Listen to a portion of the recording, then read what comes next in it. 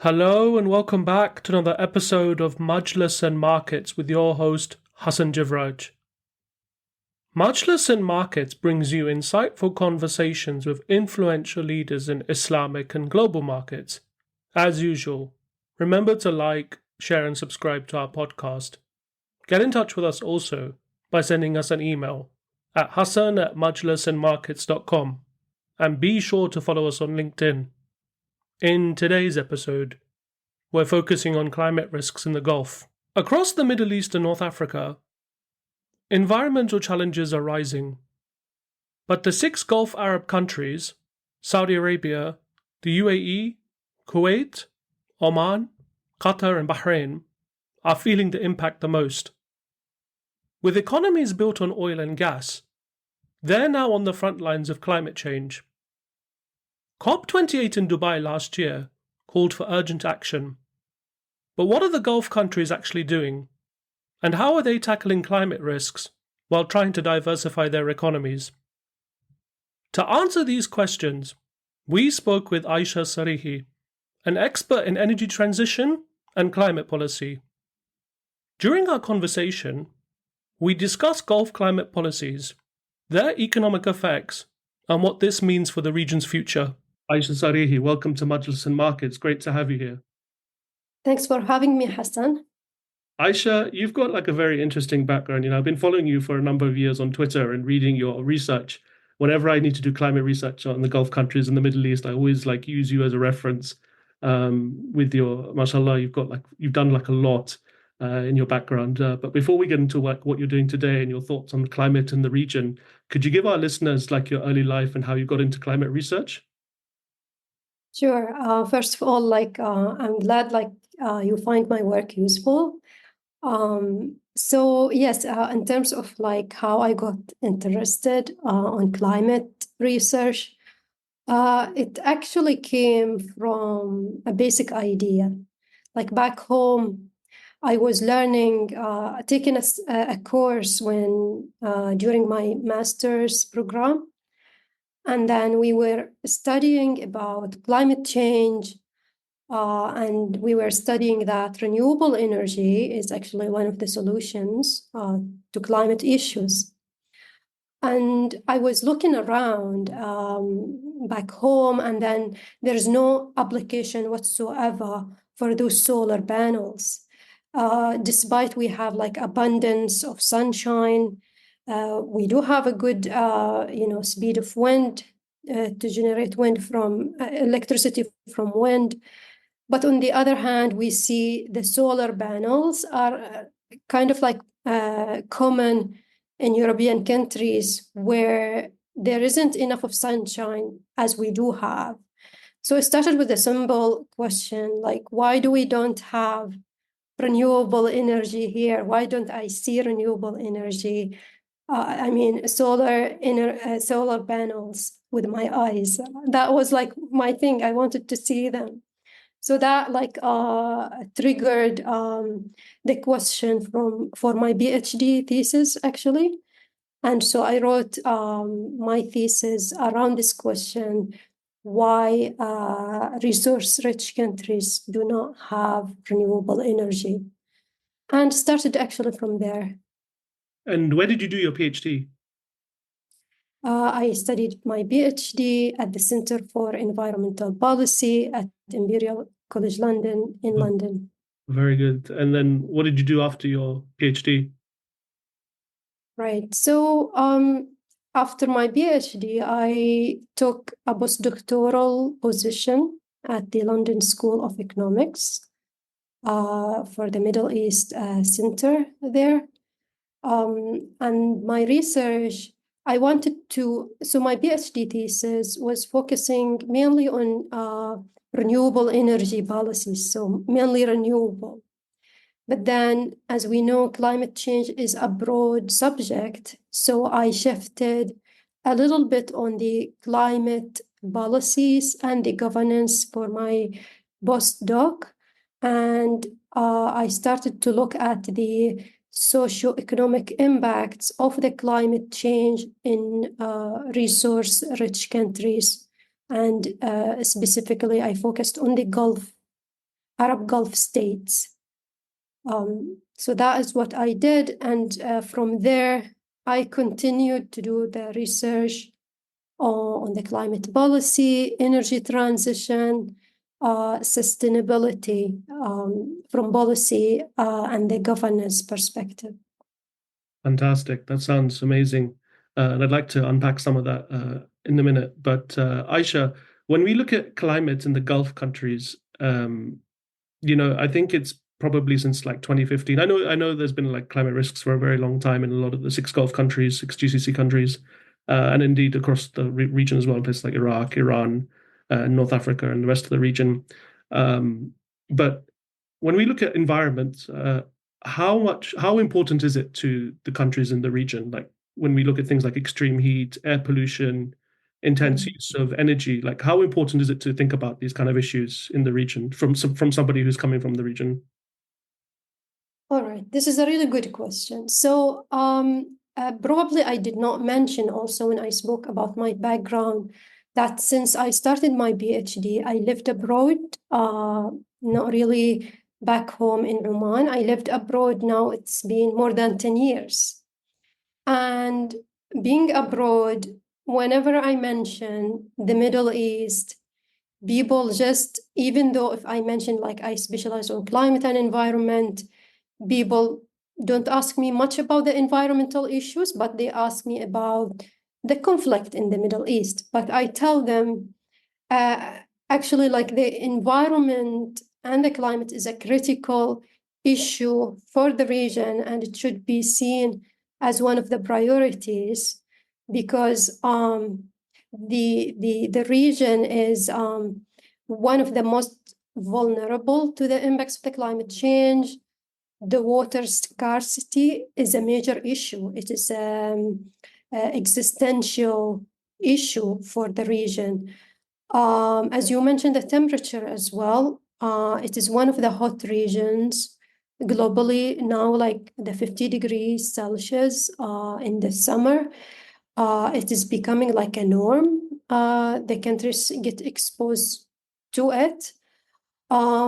And also because of the climate change, we see frequency and high intensity of the exposure of the region of extreme weather events like the cyclones, flash floods. And these are actually pretty much interacting with the daily life. It is not something that is, happening in isolation of socioeconomic development of these countries. So, for example, extreme weather events, when they happen, they interact with the infrastructure. So we see damage to the roads, to the properties, and then even like death tolls take place because of these. Other than that, also, especially for oil-rich countries, for example, climate change present a conundrum for these countries because oil and gas resources are really important for these countries to tackle the issues of the climate change. For example, through using the oil and gas revenues to import the technology needed for cooling, also to make investments in desalination, for example, and also to import food. Food security is also one of the issues, as we know. The soil and the land is not really suitable for agriculture because most of the land is not arable and it is a desert land. So it's not, most of the food is important. So oil and gas resources or revenues help in creating the money needed for importing food. At the same time, oil and gas actually, because we have now, especially after COP28, there was an agreement to transition away from the fossil fuels as one of the global solutions to decarbonize and to keep global warming in check. So this is kind of like present a challenge for oil-rich countries because we see energy decarbonization or economic decarbonization efforts are taking place in different parts of the world. Countries are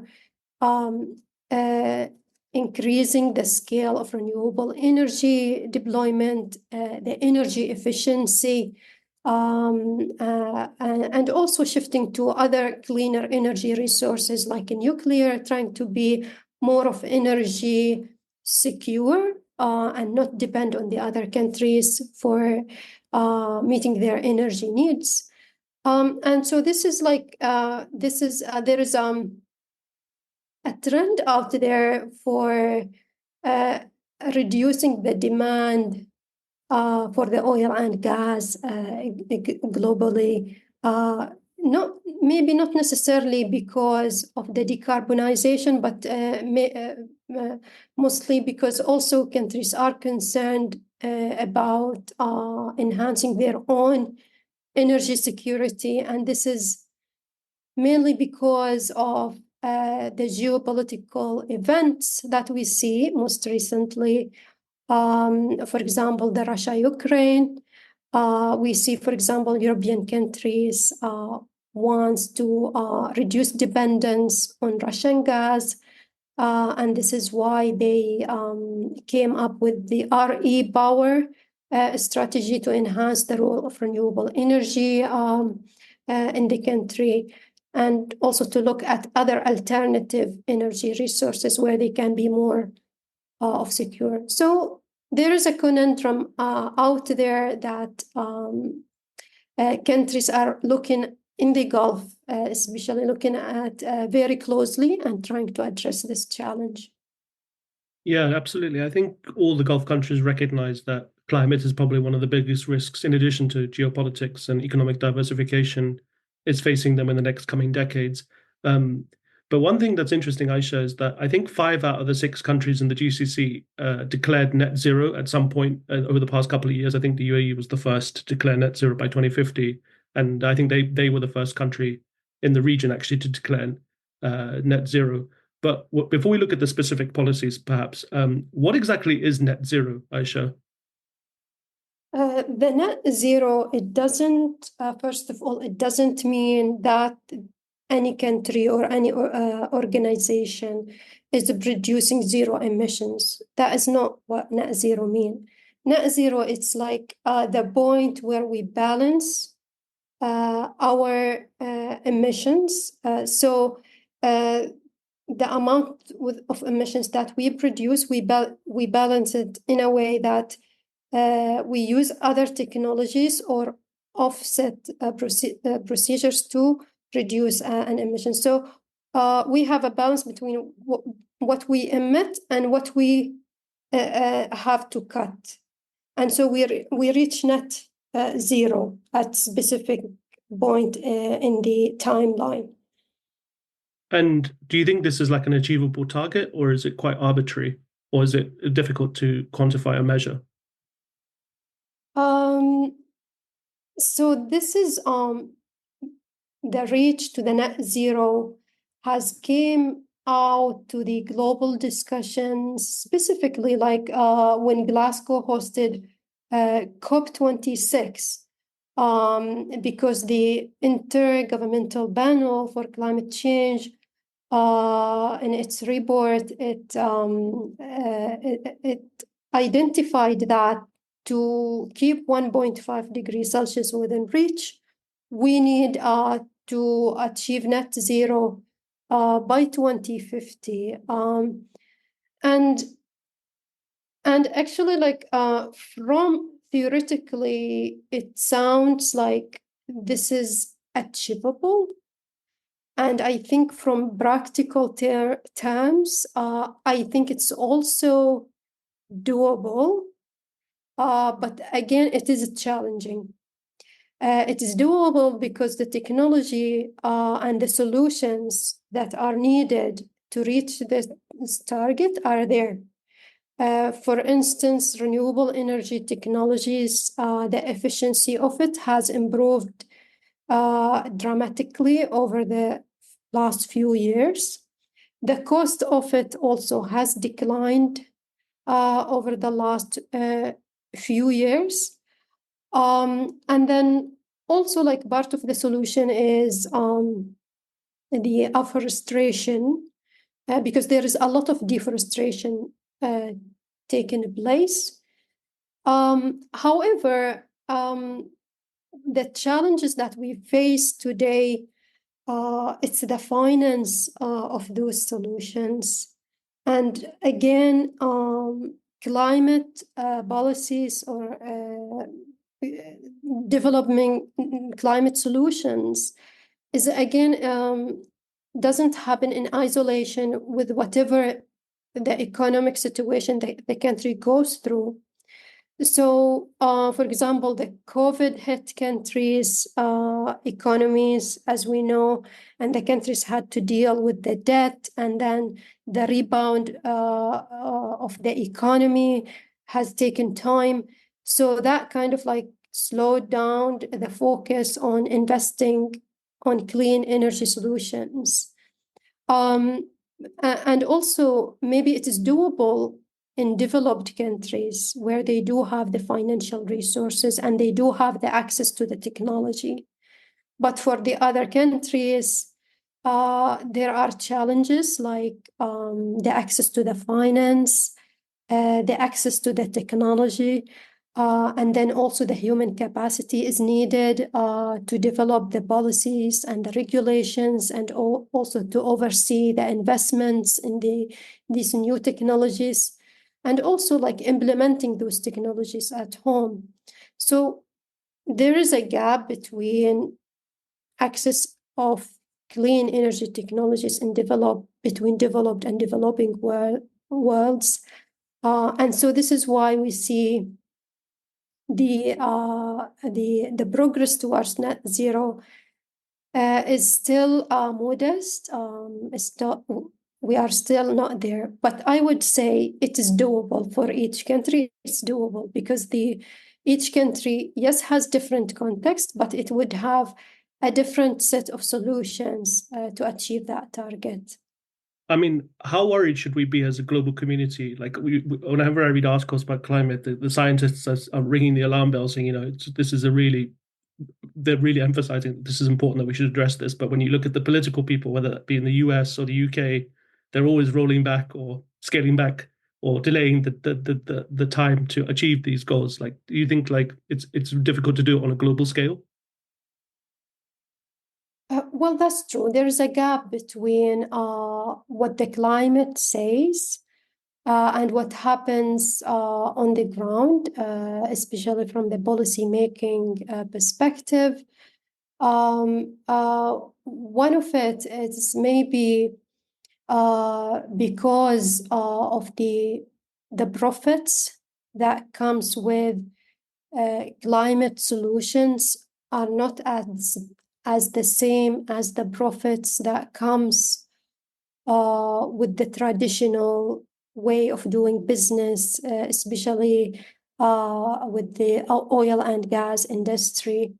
And so this makes the investors, the policymakers are reluctant. So it is a question also about the political will. It's a question about is it important to think about short-term economic consequences, or to think about long-term economic consequences of climate change? And as a human being, it is in the human nature, people feel comfortable to think about short-term challenges and deal with the short-term solutions, and not think too much about what is going to happen in the next maybe 20 years. But climate change is a really serious issue, I think. And the consequences of delaying action or implementing climate solutions will be massive, because it will, first of all, in the long term, maybe the finance that is needed to invest on those technologies will not be as supportive as it is today.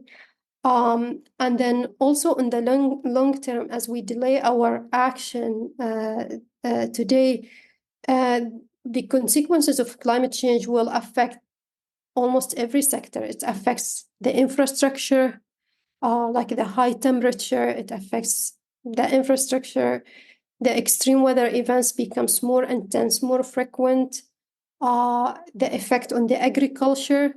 So each economy will be like impacted in a different way because we don't mitigate the greenhouse gas emissions that we need to mitigate today. So we see the consequences of that in the future. And people don't want to think about long term, as I mentioned.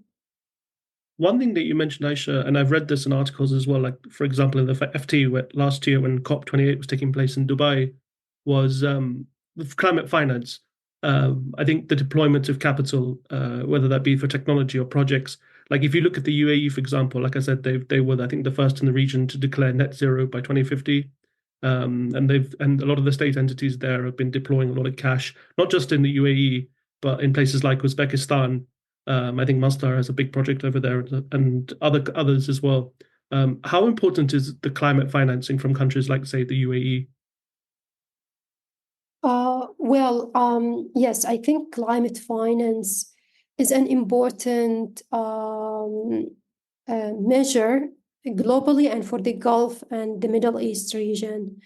Globally, as I mentioned, there is a gap between the developed and developing countries in terms of the access to finance. Developed countries do have access to finance, and so they can scale up the use of clean energy technologies very quickly.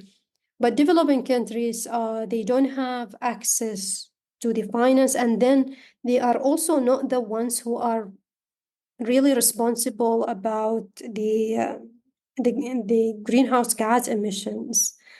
For the Gulf countries, I would say the Gulf countries do have the financial capacity to scale up the use of clean energy technology at home. And also, as you mentioned, the UAE plus Saudi Arabia, actually, they do invest in clean energy technologies abroad in Central Asia, for example, in Southeast Asia, also regionally, like in Iraq, for example. And that is important because in the Middle East, we do have countries with different financial capacity. The Gulf countries are relatively the wealthiest. They do have large sovereign wealth fund that could support renewable energy investments, both domestically and both like overseas. For the Middle East, this is important because some countries in the Middle East are low to middle income, and some of them like really suffering from debt, especially, let's say, after COVID. Some of the countries are politically unstable and have fragile economy and fragile context.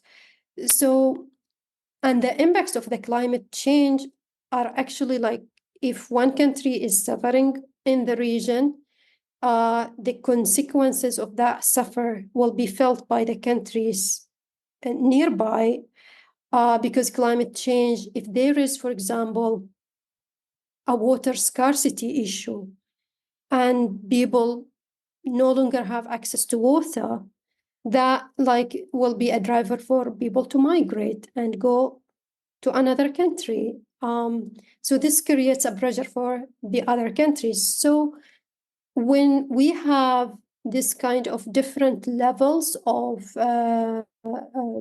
wealth in finance or the financial capacity, then we can create regional tools for financial cooperation.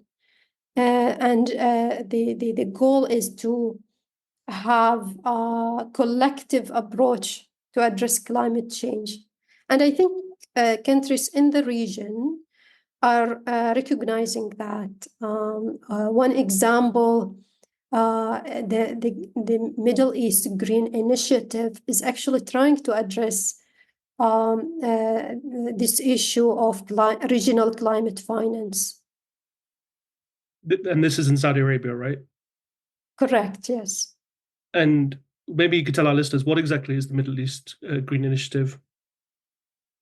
The Middle East Green Initiative, I believe it was launched in 2021, at the same time when Saudi Arabia also announced that it wants to achieve net zero goal by 2060.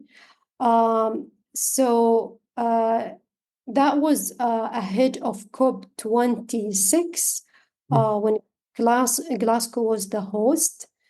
And I think it signals a shift for Saudi Arabia to be really pretty much engaged with finding climate solutions. The Middle East Green Initiative, it is a Saudi initiative, but it's also a regional initiative to have collective solutions to address climate change. I listened to the introduction delivered by the Crown Prince Mohammed bin Salman when he said climate change impacts are transboundary. They don't stay in the boundaries of one country. And that is why the Middle East Green Initiative was initiated to look around different kind of issues, including, for example, for extreme weather events, to have a collective solution on early warning systems, and also to address the dust storms, to address the regional climate finance, but also to look at for clean energy solutions from a regional perspective, including planting of trees around the Middle East countries. And the Middle East Green Initiatives is an initiative for different Middle East countries to be involved.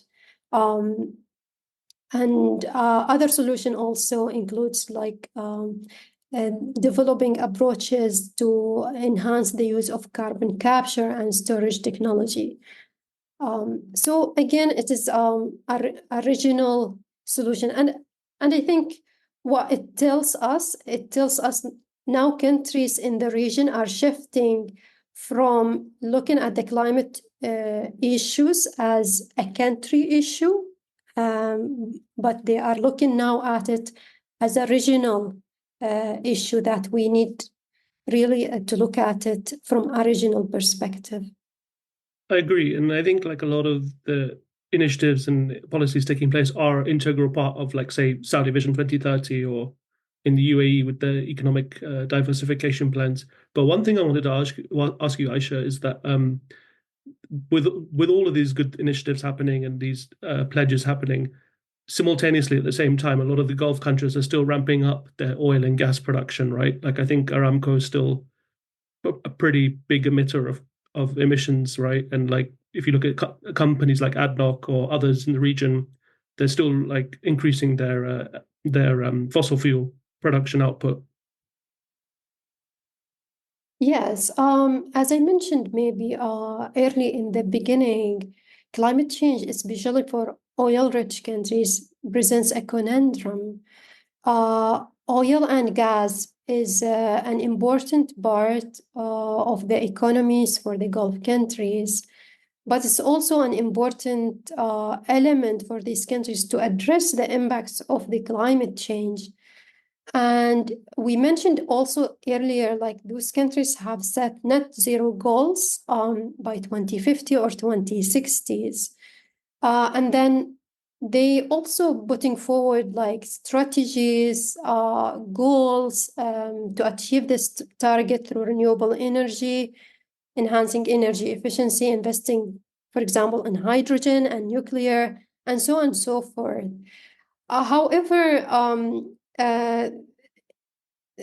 despite the efforts out there, the replacement of the oil and gas industry will not be easy for these countries. And this is, as you mentioned, the Gulf countries are aware of the importance to diversify the economy and reduce the dependence on the oil and gas industry.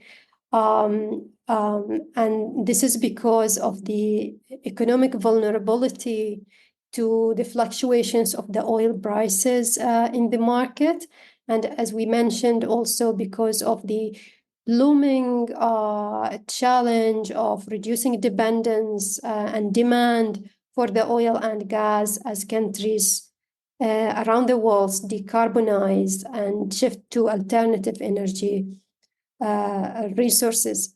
But I think in the Gulf, there are efforts out there both to diversify the economy and also to develop alternative energy resources. But because of the challenges that comes with it, again, we are speaking about, for example, the human capacity for making the shift to the alternatives, the scale of the investment needed to shift to the alternatives. This is, these are some of the challenges that slow down the process. And again, we see continuous, as you mentioned, dependence on the oil and gas. Continuous production for the oil and gas. That is also because still the revenues from the oil and gas remain important to finance the clean energy investments, and they are also important to finance the non-oil economic sectors as the countries diversify. But again, it will take time because to diversify and to decarbonize, we will need, to decouple from the oil and gas sector. And as we know, the oil and gas is pretty much entrenched in the economies of these countries. So it is about time, I would say, but the efforts are there.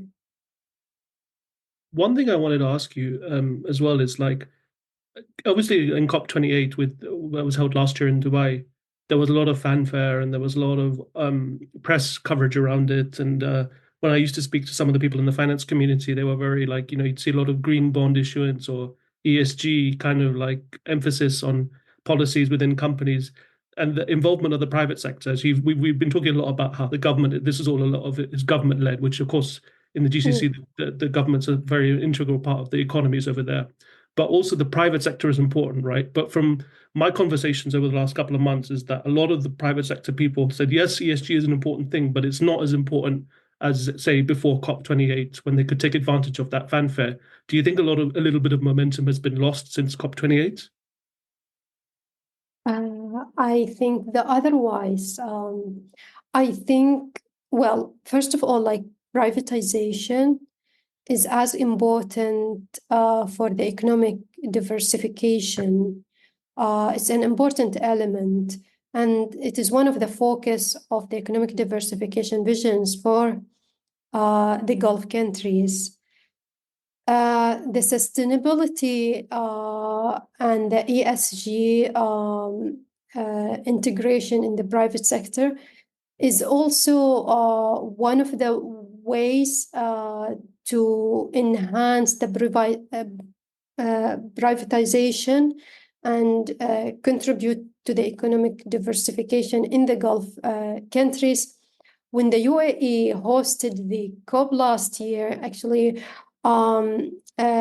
it has created this green zone, and it focused more on philanthropies,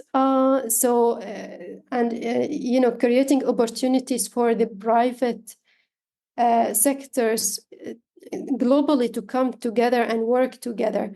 And I think what happened since then is created the awareness, the exchange of the knowledge between, I think, investors in the region and also globally.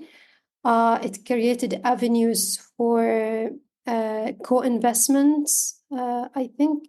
So for me, it's the opposite. I think it is more of a momentum. And again, because like there's a movement globally to net zero, actually, like I think companies naturally would choose to have a sustainable pathway, so their business will be relevant in this kind of a context. I'm saying that because I'm speaking from Singapore at the moment. In Singapore, they do realize the importance of the integration of the sustainability in the private sector. And this is why it is becoming, I think the government has released a regulation where it is becoming compulsory for the companies in Singapore to align with the climate and sustainability standards in doing their business. And the idea, part of it, is to be a model for other companies, other businesses globally, and also to be ahead of the game in case, like, it takes momentum globally. So if that happens, the companies here will be more ready to adapt to the new environment. And then they are ahead of the game. So I think also this is a realization that is slowly taking place in the Gulf countries. I know like the Gulf Cooperation Council, for example, have most recently also released ESG standards, GCC ESG standards. And also there are ESG standards launched by Saudi Arabia, the UAE, and Oman. So I think there is a momentum both from government side as well as private company sides. Yeah. As we bring the podcast to a close shortly, Aisha, there was a couple of other areas I wanted to ask you about. The first was, a lot of I think the climate policies that have been like at the forefront have been from countries like, say, Saudi Arabia and the UAE, but the other countries in the GCC, like countries like Kuwait and Bahrain and Qatar, you don't really hear too much about their climate policies. What do you think about the lesser known countries in the GCC? Are they doing enough, do you think, to match, say, UAE and Saudi? Yeah, so yes, it's a good question because sometimes when we talk about Gulf countries, we think about it as a block. But Gulf countries are in different trajectories at the moment on how they, undertake their energy transition approaches. Um, for instance, as you mentioned, UAE and Saudi Arabia are leading because of the scale of renewable energy installation in these countries. But other countries are, I think, a little bit kind of like more of relaxed regarding the energy transition because of the oil wealth, for example. Kuwait especially have one of the largest sovereign wealth fund, but some of the largest oil reserves. So this is kind of like doesn't create enough of an incentive for the policymakers to be serious about renewable energy technologies or projects. But I think other countries like Bahrain and Oman, they don't have as large oil and gas reserves as, let's say, UAE and Saudi Arabia. So for them, in fact, they are actually probably they are more of ahead of, let's say, the other countries on trying to be ready for this kind of a challenge of a future of no oil, right? So they probably don't have a large installed capacity for renewable energy, but what they are trying to be ready for is to build the human capacity, to build the institutional capacity that is needed for a post-oil future, for economic diversification, for how they can, reach the net zero target.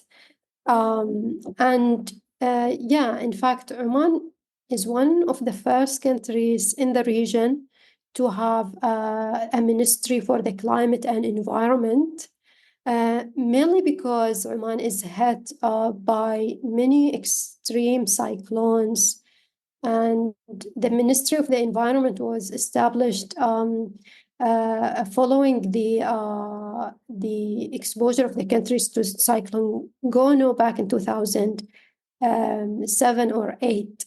And also because the government of Oman realized that oil and gas reserves are not going to last for long. So there is a huge push actually within the country to invest in renewable energy, to invest in hydrogen. The country is taking the hydrogen as very seriously, looking at it as an alternative source of revenue if oil and gas become not relevant because of this global decarbonization movement.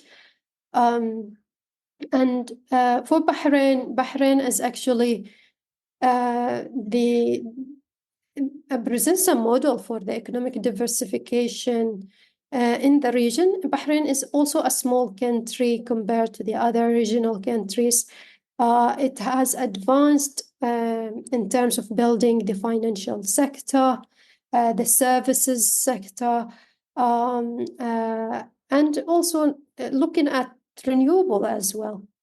So yes, I think we need to look at the Gulf countries not as one block or as if they do the energy transition at the same speed, but they are in different trajectories, and that is because of different size of economy, different amount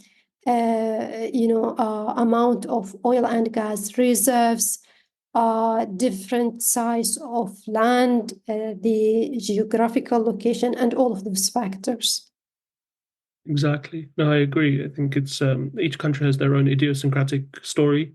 There was one thing that you mentioned that just came to my mind was about, I read an article, I think last week, about the hydrogen economy, and it talks about Oman.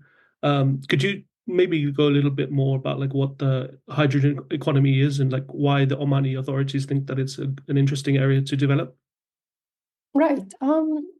Yes. So as I mentioned, the Omani government is really like putting a huge highlight on hydrogen as a way to develop a clean energy source, but also as a way to one of the ways to diversify the economy away from the heavy dependence on the oil and gas. And I think one of the highlights of the hydrogen strategy in the country is to focus on producing green hydrogen rather than blue hydrogen or other colors of hydrogen. Because Oman wants to capitalize on renewable energy resources like solar and wind. And on that, based on that, the government has released a strategy for hydrogen, a national strategy. Institutionally, it is becoming ready. Oman does have a national company that oversees the hydrogen investments in the country, the company called Hydrom. It also has, there is a national study that have identified the designated lands for the hydrogen investments in the country. Because also Oman, one way of enhancing economic diversification is to focus on logistics and ports. So Duqm ports is a new port in the country, but also it is where most of the hydrogen projects will take place for the ease of using the port logistics for storing and exporting hydrogen. And also there is Salalah port as well. So the government has identified those designated lands, which are ready for investments. It's one way to attract foreign direct investment. But then also there is a hydrogen alliance in the country where it brings different stakeholders to cooperate and collaborate with each other, from academia, from private sector, from the government. So there is a lot of work and a lot of trust on the hydrogen industry. Yes, it's definitely part of their economic strategy to develop this sector more. And before we wrap, Aisha, there was one country that we haven't talked about is Qatar. Obviously they've been in the news a lot over the past couple of years with the World Cup plus in 2022. But one interesting, I don't think they've declared net zero, but are they doing a lot in the environment and climate space to be more carbon friendly? Yes, we didn't mention Qatar. Qatar is a slightly different case than other neighboring countries in a way because of the wealth of the natural gas. So Qatar is really wealthy, one of the top natural gas producer and exporter globally. And I think this is why Qatar is not really haven't announced a net zero goal, because natural gas is seen as a bridging fuel in the energy transition world. And because also this is something also supported by the science, by the international climate regime. So when COP28 happened in the UAE last year, and then when this UAE consensus came out and the language on the fossil fuel was included, there was a section that actually acknowledged that natural gas can be used as a bridging fuel. So Qatar is using, making advantage actually of the natural gas, because natural gas again is much cleaner than the coal and the oil in terms of the carbon footprint. So this is one of the reasons why Qatar could feel more comfortable to continue with the gas business for the short and the midterm, and not really have strong incentive to have a net zero goal, not at the moment, but also to invest heavily on renewables, although there are efforts on the ground. Aisha, tell us more about your current projects and any upcoming projects you're working on. Nice. Yeah, so I continue. So what we spoke about is really reflects on what I work on. I look closely at the energy transition initiatives in the Gulf countries. But another project is currently I'm working on at the Middle East Institute of the National University of Singapore. I tried to look on how climate change is playing a role in inducing the security, non-traditional security challenges in the Gulf. So climate change by itself, it doesn't, trigger the security, but the impacts of it on, for example, water, on the economy, it can create security challenges. Maybe if we have long periods of drought and then shortages on water, this can create, kind of competency between the groups on the water resources. It can create conflict. It can trigger people to migrate. So we have human security issue, and these challenges wouldn't stay within a country boundary. For example, if this, for example, happens in Iraq, the other countries surrounding Iraq should also be ready for this kind of challenge. So now I'm focusing on the climate-induced security challenges. Amazing. And how can people read your research? People can read my research. I do have a Google Scholar account, but also people can visit, for example, the Middle East Institute of the National University of Singapore, where we post our research, and maybe just put my name out there in Google, and then my research will come out. And Aisha, you're also active on social media, right? Sometimes, but not all the time. So are you on LinkedIn and Twitter or X or whatever it's called now? Yeah, now it's called X. I liked when it was called Twitter. I am on X and I am on LinkedIn. These are my main social channels. Okay, great. I'll link it in the show notes if you send it to me after. So maybe people can, if they're interested in the climate and the GCC or the Middle East, they can reach out to you. But Aisha Sarahi, this has been a fantastic conversation, and I wish you all the best for your research and for the rest of 24 and going into 25. Thank you, Hassan, for having me, and have a nice day. All the best.